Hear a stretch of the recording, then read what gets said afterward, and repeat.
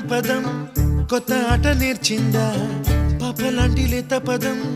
పాఠశాలగా కూనలమ్మ జానపదం పల్లె దాటి వచ్చిందా చవళిల జానతనం పాట చూపగా కుంచెలో తాగే చిత్రాలు ఎదురొచ్చేలా అంతటా